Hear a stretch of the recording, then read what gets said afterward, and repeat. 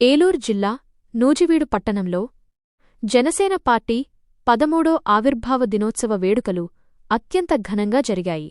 నియోజకవర్గ జనసేన పార్టీ సమన్వయకర్త బర్మా ఫణిబాబు ఆధ్వర్యంలో జనసైనికులు భారీ బైక్ ర్యాలీతో పట్టణాన్ని హోరెత్తించారు.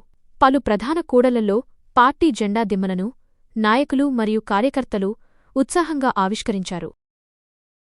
ఈ సందర్భంగా బర్మా ఫణిబాబు మాట్లాడుతూ 2014లో హైదరాబాద్ వేదికగా పవన్ కళ్యాణ్ ప్రారంభించిన జనసేన పార్టీ గడిచిన ఎన్నికల్లో పోటీ చేసిన అన్ని స్థానాల్లో 100% విజయం సాధించి రాజకీయ చరిత్రలో సరికొత్త అధ్యాయాన్ని లిఖించిందని కొనియాడారు.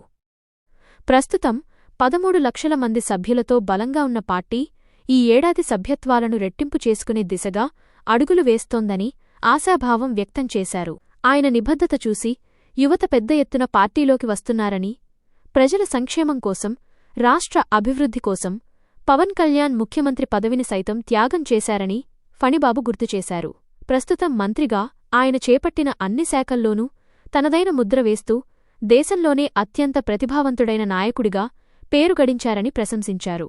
భావితరాల భవిష్యత్తు కోసం నిరంతరం శ్రమించే పవన్ కళ్యాణ్ భవిష్యత్తులో మరిన్ని ఉన్నత పదవులను అలంకరించాలని, పార్టీని మరింత బలోపేతం చేస్తామని ఈ సందర్భంగా జనసేన నాయకులు స్పష్టం చేశారు.